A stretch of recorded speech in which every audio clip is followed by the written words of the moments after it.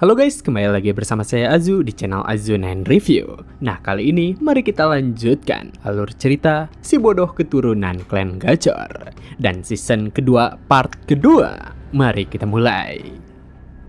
Wolfgang yang dipatahkan tangannya oleh Julius, ia tentu saja sangat kesal. Namun Julius melepaskannya begitu saja, serta ia berkata jika dirinya akan membuat Wolfgang merasakan hal yang sama dengan apa yang dirinya perbuat kepada Evelyn. Hanya saja Wolfgang tidak dapat menerimanya, di mana ia menganggap jika Julius berencana berkhianat pada Ragnar. Jadi karenanya ia memanggil penegak hukum untuk menangkap Julius. Dari itu juga lah para dewan hukum langsung mengangkat pedangnya terhadap Julius. Bahkan salah seorang dari mereka berkata, jika saat ini Komandan White Armor Dragon Cavalry Julius Ragnar akan ditahan karena telah melukai sang Elder Dragon yang merupakan ketua dewan. Hanya saja Julius menatapnya dengan tajam serta bertanya tentang bagaimana jika dirinya menolak. Mendengar pertanyaan itu, si dewan hukum hanya dapat diam tak berdaya. Sedangkan Julius, ia menjelaskan jika hal ini sudah tertulis sebelumnya, karena sumpah yang dinyatakan atas pedang harus tetap ditegakkan. Dan pada 4 tahun yang lalu, dirinya telah berjanji atas pedangnya dengan Pak Tua Bajingan yang sedang dilindungi oleh para dewan. Di mana sumpahnya, jika si Pak Tua itu berani menyentuh anak yang dirinya asuh, maka dirinya akan membuatnya merasakan hal yang sama. Dengan keributan yang terjadi, para tamu undangan yang ada di sana tentu saja bertanya-tanya. Karena dengan Demon Dragon yang mematahkan lengan Elder Dragon, bukankah masalah ini tidak bisa ditangani oleh pengawas? Sedangkan Theo yang memperhatikan situasi, ia tentu saja penasaran tentang apa yang sebenarnya baru saja terjadi. Terutama di kehidupan sebelumnya tidak pernah ada insiden seperti ini. Tapi di saat Theo memperhatikan Evelyn, ia menyadari jika permasalahan ini menjadi semakin masuk akal. Tentang Evelyn Nereville, ia terlahir sebagai anak tidak sah dari Wolfgang Ragnar. Dan bagi Wolfgang yang sangat menjunjung tinggi darah murni di atas segalanya, keberadaan Evelyn yang bukan merupakan darah murni pasti menjadi aib yang sangat ingin sekali ia sembunyikan. Jadi karenanya Wolfgang ingin membuang Evelyn dari Ragnar. Tapi Demon Dragon melihat potensi milik Evelyn, yang mana karenanya ia membawa Evelyn ke dalam White Armor Dragon Cavalry. Dan kejadian tersebut membuat rencana Wolfgang dalam membuang Evelyn tidak berjalan dengan lancar. Dengan perkembangan Evelyn di dalam White Armor Dragon Cavalry, dirinya berhasil meraih ketenaran sampai menjadi seorang kapten unit. Tapi karenanya, itu membuat Wolfgang menjadi cukup kesal. Karena dengan dirinya yang takut jika aibnya akan terungkap, ia mencoba untuk membunuh putrinya sendiri dengan alasan sebuah kecelakaan. Dengan apa yang dilakukan oleh Wolfgang, Evelyn hampir tidak selamat. Namun, kehilangan tangan kirinya dan tidak bisa lagi menunggangi Wyvern memaksanya untuk pensiun. Dan setelahnya, Evelyn menghabiskan waktunya untuk mengurus training hal 4 dan tak pernah lagi mengunjungi yang namanya sebuah pesta perjamuan. Jadi Theo menyadari jika kejadian yang menimpa Evelyn saat ini merupakan hasil dari tindakannya setelah regresi. Yang mana karenanya sudah seharusnya jika dirinya meluruskan masalah ini. Di saat Julius memancarkan mana pekat miliknya, dirinya berniat memberikan pembalasan terhadap Wolfgang. Sedangkan Wolfgang yang ada di sana, ia berkata kepada setiap orang yang hadir jika mereka dapat melihat penghinaan Demon Dragon terhadap Elder yang menjadi pelindung bagi Ragnar. Jadi jelas jika saat ini Demon Dragon menyalahgunakan otoritas Nine Dragons yang diberikan oleh kepala klan untuk mengancam rekannya sendiri, di mana tindakan seperti itu merupakan tindakan pengkhianatan. Mendengar perkataan yang diucapkan oleh Wolfgang, itu membuat Julius menjadi sangat kesal karena bajingan tua itu berani sekali mengatakan omong kosong. Tapi di saat ketegangan sedang terjadi, tiba-tiba saja Theo mengangkat tangannya serta berkata, bukankah seharusnya pesta ulang tahun temannya ini membahagiakan? Jadi, kenapa para tamu undangan dipenuhi dengan rasa takut oleh perselisihan kedua Nine Dragon? Yang mana karenanya Theo meminta mereka untuk menyelesaikan perselisihan dengan tradisi Ragnar. Jadi sebaiknya duel trial dilakukan untuk menyelesaikan permasalahan ini. Melihat Theo yang seperti itu, Wolfgang tentu saja tidak terima, karena jelas jika Demon Dragon telah melukainya, yang mana karenanya duel trial tidak perlu diadakan. Hanya saja Theo membalas, meski perkataan dari tetua Elder benar, tapi mereka tidak bisa membiarkan keributan menjadi semakin besar. Jadi, bukankah Nyonya Istana Daffodil sendiri setuju dengan hal ini? Yang mana di saat Theo mengatakan hal itu, Nyonya Istana mulai mendekati area keributan. Serta dengan ekspresi dingin ia bertanya tentang apa yang mereka pikirkan pada acara pesta ulang tahun anaknya ini. Di mana ia merupakan Niall Ragnarton, sang Ice Dragon dari Nine Dragon. Melihat kehadiran dari Niall, Wolfgang berkata kepadanya jika seharusnya Nyonya Istana sendiri telah melihat dengan apa yang dilakukan oleh Julius. Tapi Niall mengabaikan kata-katanya, di mana ia membalas jika dirinya tidak peduli dengan perkataan kecil itu. Jadi karenanya, ia meminta mereka menyelesaikan masalah ini dengan cepat, seperti saran dari anak ini. Bahkan karenanya, ia menatap kesal terhadap Wolfgang dan berkata jika ini merupakan ampunan terakhir yang masih bisa dirinya berikan. Dengan perkataan dari Nyonya Istana, setiap tamu yang hadir tentu saja terkejut. Karena jika duel trial diadakan, bukankah hal itu terlalu berbahaya bagi para tetua? Jadi meski mereka sudah pensiun, mereka merupakan tokoh besar di klan Ragnar ini. Sedangkan Wolfgang yang diperintahkan untuk menyelesaikan masalah ini dengan duel trial, ia mengetahui jika Demon Dragon merupakan orang yang diuntungkan. Tapi tetap dirinya masih memiliki kesempatan, karena peraturannya penggugat dan tergugat akan berhadapan di babak final. Sedangkan dua duel awal akan dilakukan oleh perwakilan yang dipilih oleh masing-masing pihak. Jadi karenanya Wolfgang mengetahui jika perwakilan yang dimiliki oleh Julius adalah orang cacat dengan satu tangan dan si anak haram sialan itu. Yang mana karena hal tersebut ia yakin jika pertarungan takkan sampai kepada gilirannya. Jadi dirinya akan mengakhiri duel trial ini dengan dua duel pertama. Di sisi lain, Thorkel yang memperhatikan keributan, ia tak menyangka jika situasi ini menjadi jauh lebih menarik dari yang dirinya bayangkan. Terutama dengan sifat Demon Dragon yang pemarah, situasi ini pasti akan di luar kendali. Jadi jika Theo tidak masuk untuk memecah keributan, Elder Dragon pasti akan memiliki kesempatan untuk menghancurkan Demon Dragon secara politik. Jadi di momen yang menegangkan ini, Theo menemukan solusi yang bisa diterima bagi kedua belah pihak. Yang mana karenanya Thorkel yakin jika duel ini merupakan hal yang sangat menarik untuk disaksikan.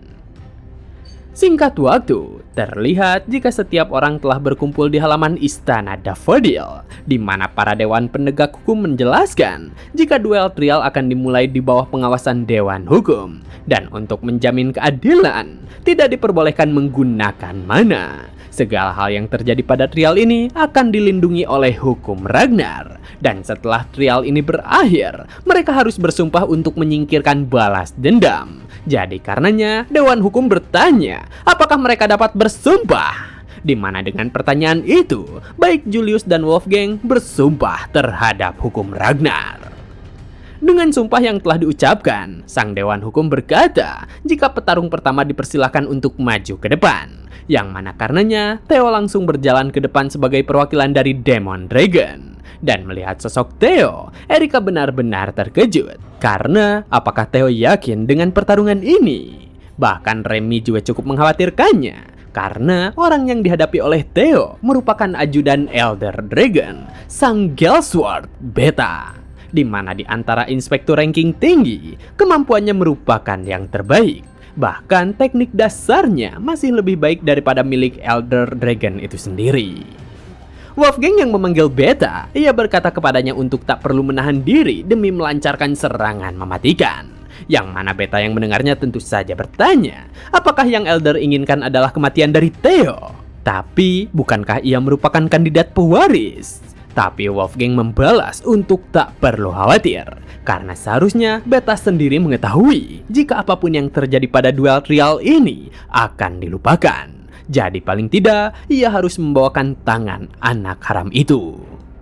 Di sisi lain, terlihat jika Julius terus memperhatikan Theo, di mana sebelum pertarungan duel trial itu dilakukan, mereka sempat memperbincangkan sesuatu. Bahkan Julius sendiri meminta maaf kepada Theo, karena gara-gara tindakannya, Theo jadi terseret dalam masalah ini. Tapi selain itu ia bertanya, apakah Theo yakin dengan hal ini? Karena meski perwakilan bisa bertarung lebih dari sekali, bukankah itu terlalu menguras tenaga? Hanya saja Theo meminta Julius untuk percaya kepadanya, karena melalui duel ini, dirinya ingin menyelesaikan perselisihan yang sudah berlangsung lama di antara Julius dan Wolfgang. Jadi karena itulah Theo telah bersiap untuk menyelesaikan pertarungan duel ini. Dengan kedua belah pihak yang telah siap, sang Dewan Hukum mulai membunyikan peluitnya, di mana karenanya baik Theo dan Beta langsung menerjang satu sama yang lainnya. Bahkan saat ini terlihat jika mereka berdua terus beradu kekuatan teknik pedangnya.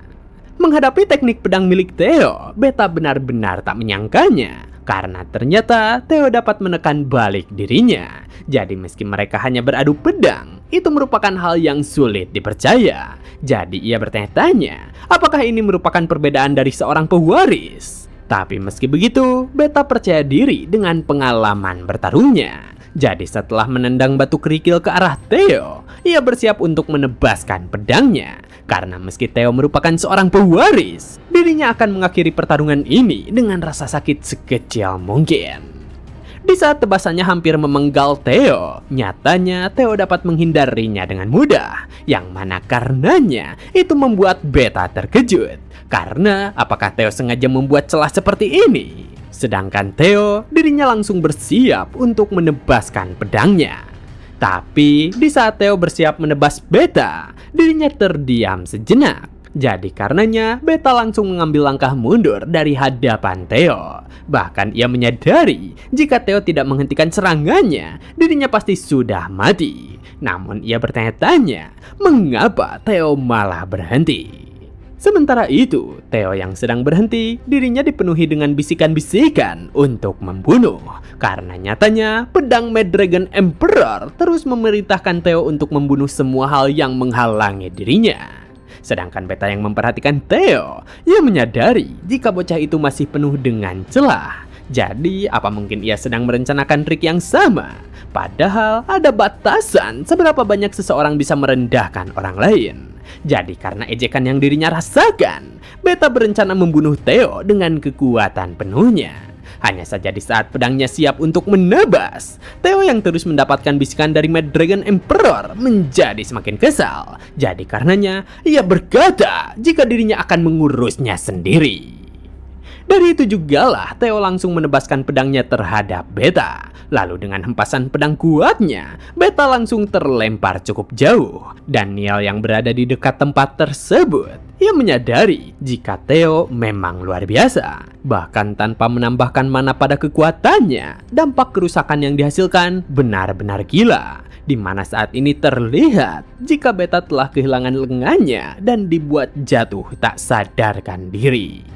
Jadi, karena salah satu pihak telah tumbang, sang Dewan Hukum mengumumkan jika duel trial ronde pertama dimenangkan oleh Theo Ragnar. Dengan selesainya ronde pertama, Theo mulai menstabilkan kembali nafasnya. Bahkan dirinya bertanya-tanya tentang sensasi apa yang dirinya rasakan. Karena rasanya itu sangat berbeda dari dendam yang biasa mengganggunya. Di mana sensasi tersebut seperti ada seseorang yang memandunya untuk menggunakan kekuatannya. Ketika Theo menyerah pada perasaan tersebut, ia bisa mengeluarkan kekuatan pada level yang jauh lebih tinggi. Jadi, meski membiarkan dirinya termakan oleh dendam merupakan hal yang berbahaya, tapi jika ia bisa mengendalikannya dengan baik, Theo mengetahui jika dirinya bisa menjadi 2 kali lebih kuat dari kekuatan penuhnya. Setelah kekalahan Beta, Dewan Hukum memberitahukan kepada kedua penantang selanjutnya untuk maju ke depan. Di mana Theo berkata jika pihak Demon Dragon memutuskan untuk melakukan pertandingan berturut-turut. Jadi karenanya Theo akan tetap di lapangan untuk menghadapi lawan berikutnya. Mendengar apa yang dikatakannya, Wolfgang tentu saja sangat kesal karena bocah haram bajingan itu benar-benar sombong. Jadi karenanya dirinya akan memastikan kematiannya secara langsung. Dan karena itulah Wolfgang mempersilahkan Peg Grayson, sang Mystic Sword, sebagai peserta keduanya. Melihat kehadiran Peg Grayson, Remy menjadi cukup khawatir karena tentang lawan yang akan dihadapi oleh Theo benar-benar berbeda dengan ronde pertama, di mana orang itu merupakan seorang tetua. Jadi itu artinya duel ini dimaksudkan untuk membunuh tuan muda Theo. Tapi di saat Dewan Hukum hendak meniup peluitnya, Theo langsung mengangkat tangannya serta berkata jika dirinya menyerah dalam pertempuran kali ini, yang mana keputusan itu membuat Peg sendiri terkejut. Tapi Theo menjelaskan, merupakan hal mustahil bagi seorang mid-range swordman sepertinya untuk menghadapi seorang tetua. Bahkan tanpa bertarung sekalipun, seorang bayi kecil juga mengetahui jika hasilnya sudah jelas tetua yang akan menang. Yang mana karenanya Dewan Hukum mengumumkan jika pemenang ronde kedua adalah Peg Grayson. Dengan keputusan yang diambil oleh Theo, Wolfgang menjadi semakin kesal. Karena apa mungkin si pewaris bajingan itu telah memprediksikannya sejauh ini? Sedangkan Evelyn yang memperhatikan ayahnya, ia tak pernah melihat jika Wolfgang akan terguncang seperti ini. Jadi atas apa yang dilakukan oleh Theo, Evelyn meminta maaf kepadanya. Karena gara-gara dirinya, Theo malah terlibat dengan masalahnya. Namun Theo membalas untuk tak perlu meminta maaf, karena sudah sewajarnya jika sesama rekan harus saling membantu. Dan Julius juga membenarkan jika ia meminta Evelyn untuk memperhatikan baik-baik ketika dirinya menghancurkan Pak Tua busuk itu.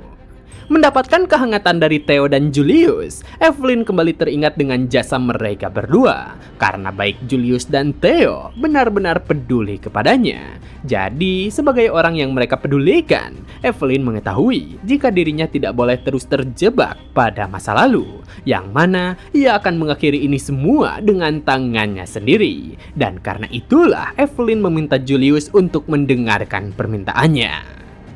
Singkat waktu, Dewan Hukum meminta kedua petarung selanjutnya untuk memasuki lapangan, di mana Wolfgang yang ada di sana, ia benar-benar kesal dengan situasi kali ini. Karena gara-gara bajingan itu, dirinya tidak lagi memiliki reputasi untuk diselamatkan. Dan meski dirinya akan mati, ia akan tetap membawa Julius bersamanya.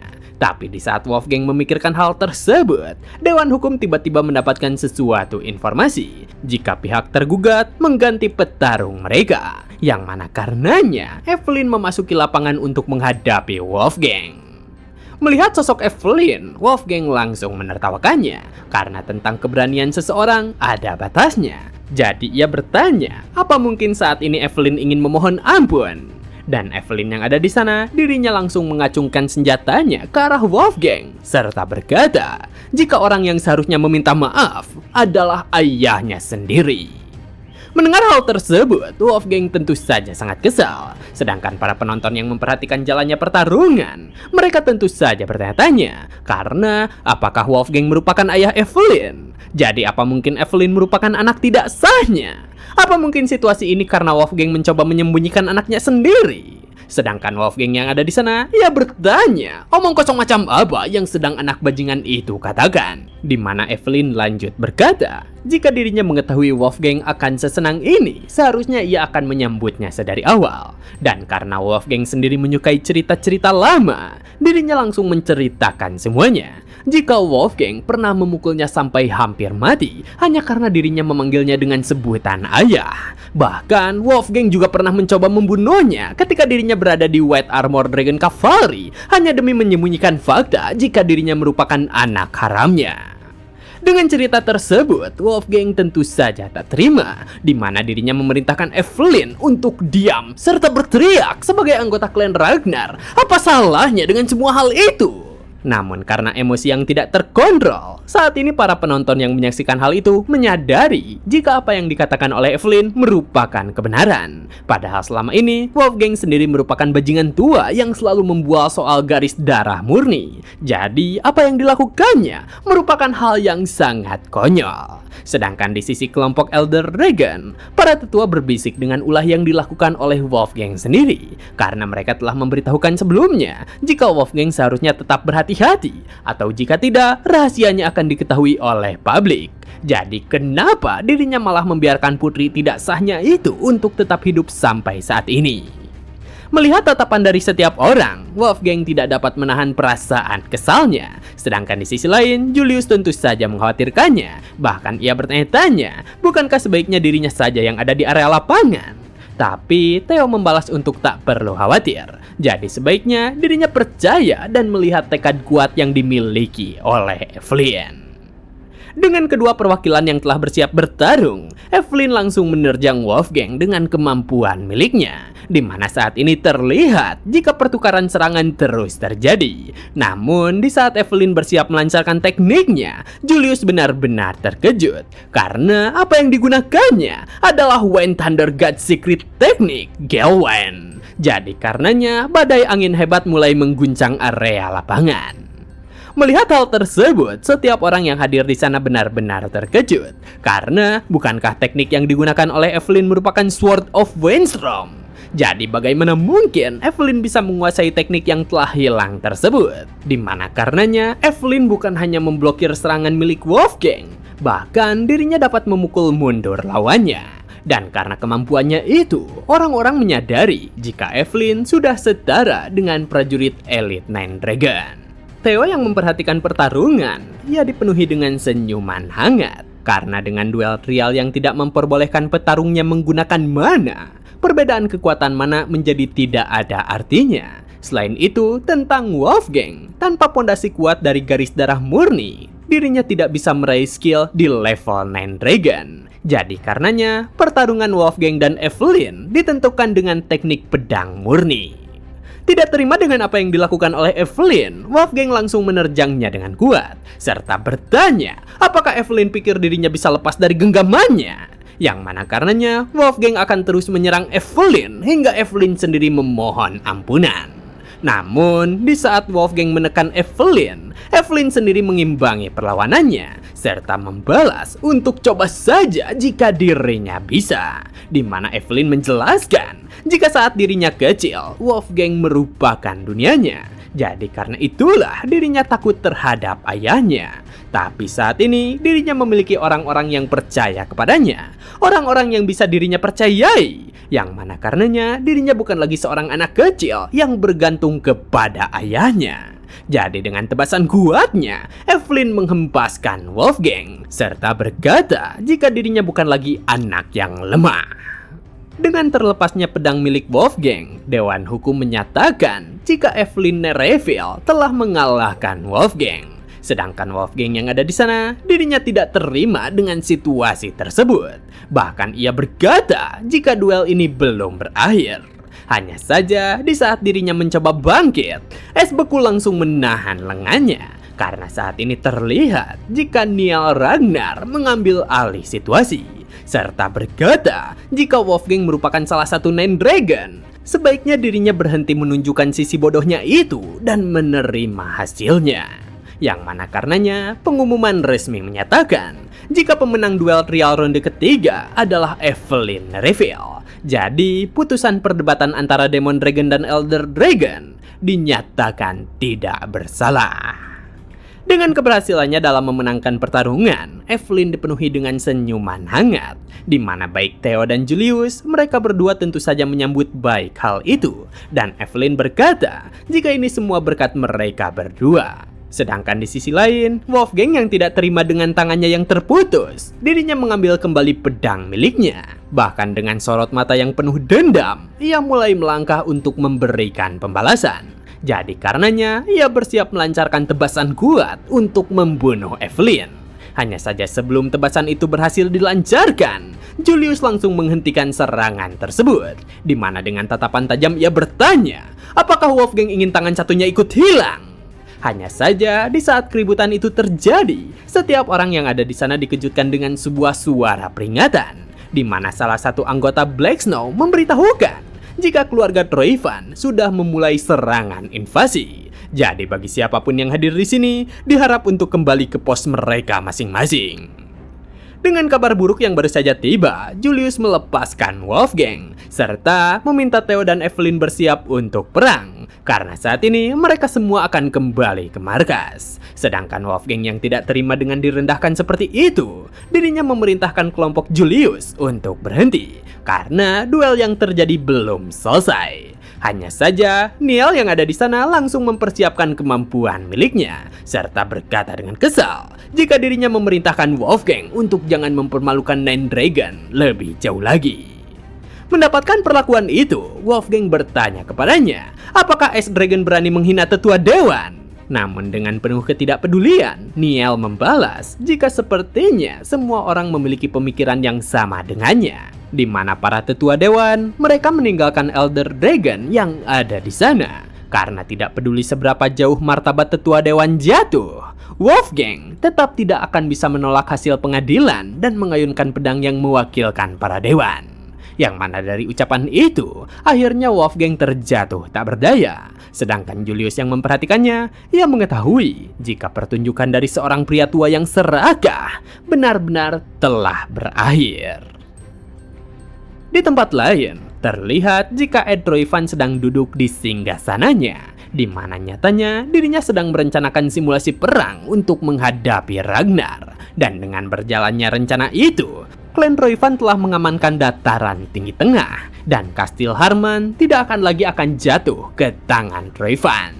Mendengar situasi yang terjadi, Ed bertanya tentang bagaimana kondisi dari klan Ragnar, di mana si informan memberitahukan jika pasukan langsung kepala klan dan pasukan pribadi Six Host terlihat berkumpul di dataran tinggi tengah. Dari laporan tersebut, Ed mengejek orang-orang Ragnar yang bodoh karena mereka semua bergerak sesuai prediksinya.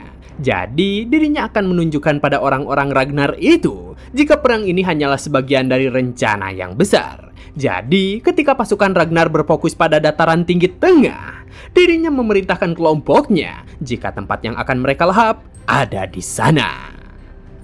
Dan begitulah part kali ini telah selesai. Jangan lupa like jika kalian suka dengan konten yang kami bawakan. Serta terima kasih banyak kepada kalian semua yang telah menonton video kali ini. Saya Azu dan sampai jumpa kembali di video berikutnya.